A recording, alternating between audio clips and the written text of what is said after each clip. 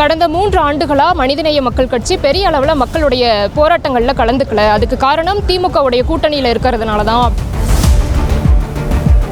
கடந்த முறை மாதிரி எங்களுக்கு ஆதரவு கொடுங்க அப்படின்னு திமுக சொல்லக்கூடிய பட்சத்தில் உங்களுடைய நிலைப்பாடு எப்படி இருக்கும்?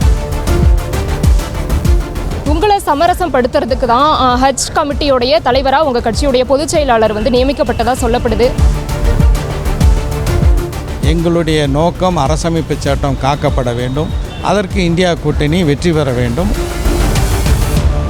வணக்கம் சார். வரக்கூடிய நாடாளுமன்ற தேர்தலில் மனிதநேய மக்கள் கட்சியுடைய திட்டம் என்ன? மிக தெளிவான திட்டம். இந்தியா கூட்டணி வெற்றி பெற வேண்டும். தமிழ்நாட்டில் 40 தொகுதிகளிலும் இந்தியா கூட்டணி வெற்றி பெற வேண்டும் என்பது தான் எங்களுடைய ஒற்றை திட்டம். நிச்சயமாக இன்று ஒன்றியத்தில் இருக்கக்கூடிய பாஜக ஆட்சி அரசியலமைப்பு சட்டத்தினுடைய பல விளிமியங்களை சிதைத்து விட்டார்கள். மாநிலங்களுடைய உரிமைகளை பறித்து வருகிறார்கள். புல்டோசர்களை கொண்டு நீதிமன்றத்தினுடைய உத்தரவுகளுக்கு அப்பாற்பட்டு வீடுகளை இடிப்பதும் வணக்க வழிபாட்டு தலங்களை இடிப்பதும் அவர்களுடைய வாடிக்கையாகிவிட்டது. இப்படியான ஒரு நிலையில் எங்களுடைய நோக்கம் அரசமைப்பு சட்டம் காக்கப்பட வேண்டும், மாநில உரிமைகள் நிலைநாட்டப்பட வேண்டும், நாட்டில் சமூக நல்லிணக்கம் தலைத்தோங்க வேண்டும். அதற்கு இந்தியா கூட்டணி வெற்றி பெற வேண்டும். அந்த ஒற்றை நோக்கத்தோடு நாங்கள் செயல்பட்டு வருகிறோம். ஐயுஎம்எல் கட்சிக்கு ஒவ்வொரு முறையும் தொகுதி ஒதுக்கப்படுது, மனிதநேயம் கட்சிக்கு ஒதுக்கப்படுறதில்லை. இது எதனால்? அதாவது இன்றைக்கு தமிழ்நாட்டை பொறுத்த வரைக்கும் சென்னை முதல் கன்னியாகுமரி வரை அனைத்து மாவட்டங்களிலும் வலுவான தொண்டர் அமைப்புடன் நாங்கள் செயல்பட்டு வருகிறோம். நியாயப்படி எங்களுக்கு ஒரு தொகுதி ஒதுக்கப்பட வேண்டும் என்பது தான் எங்களுடைய தொண்டர்கள் மட்டுமல்ல, மனிதநேய மக்கள் கட்சியை தாண்டி பல்வேறு தரப்பினர்களுடைய விருப்பமாக இருக்கிறது. அதே மாதிரி பார்த்திங்கன்னா இந்த முறையும் தொகுதி ஒதுக்கப்படாமல் கடந்த முறை மாதிரி எங்களுக்கு ஆதரவு கொடுங்க அப்படின்னு திமுக சொல்லக்கூடிய பட்சத்தில் உங்களுடைய நிலைப்பாடு எப்படி இருக்கும்? நாங்கள் ஒன்றில் தெளிவாக இருக்கின்றோம்.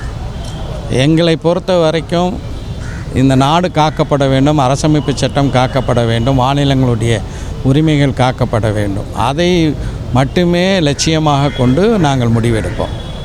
உங்களை சமரசம் படுத்துறதுக்கு தான் ஹஜ் கமிட்டியோடைய தலைவராக உங்கள் கட்சியுடைய பொதுச் செயலாளர் நியமிக்கப்பட்டதாக சொல்லப்படுது. அதை பற்றி உங்களுடைய கருத்து என்ன?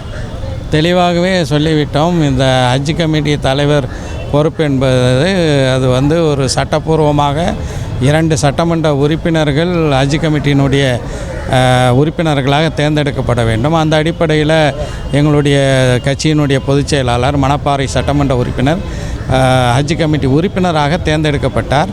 ஏற்கனவே இருந்தவர், அவர் அதிமுகவை சேர்ந்தவர், பதவி விலகலை.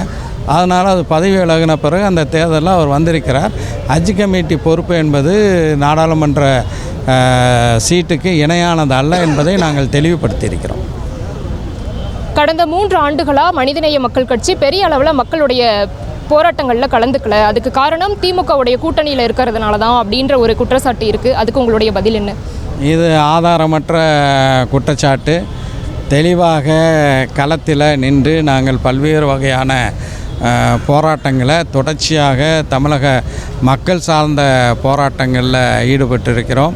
சட்டமன்றத்தில் எங்களுடைய குரல் அனைத்து தரப்பு மக்களுக்காகவும் இருந்திருக்கின்றது. இதன் மூலமாக திமுக அரசு கொண்டு வந்த தொழிலாளர் சட்டத்துக்கு எதிராக சட்டமன்றத்தில் பேசி அதற்கு பிறகு முதலமைச்சர் அவர்கள் எங்களையும் சேர்த்து அழைத்து பேசி தான் அந்த சட்டம் திரும்ப பெறப்பட்டது. எனவே இது ஒரு அபாண்டம். தினந்தோறும் ஏதாவது ஒரு மூலையில் தமிழ்நாட்டில் மக்கள் பிரச்சனைக்காக மனிதநேய மக்கள் கட்சி எந்த விதமான சமரசமும் இல்லாமல் போராடி வருகிறது. அதிமுக பாஜக முறிவுக்கு அப்புறமா அதிமுக எங்களுக்கு சிறுபான்மையினருடைய ஓட்டு கிடைக்கும் அப்படின்ட்டு நம்பிக்கை தெரிவிக்கிறாங்க. அது எப்படி பார்க்குறீங்க? அது அவர்களுடைய பகல் கனவு, ஒருபோதும் நனவாகாது.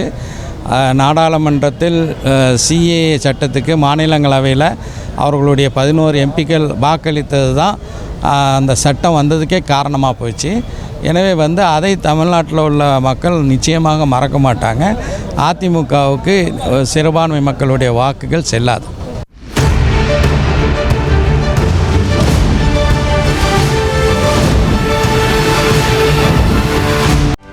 செய்திகளை உடனுக்குடனும் துல்லியமாகவும் தெரிந்து கொள்ள சப்ஸ்கிரைப் பண்ணுங்க.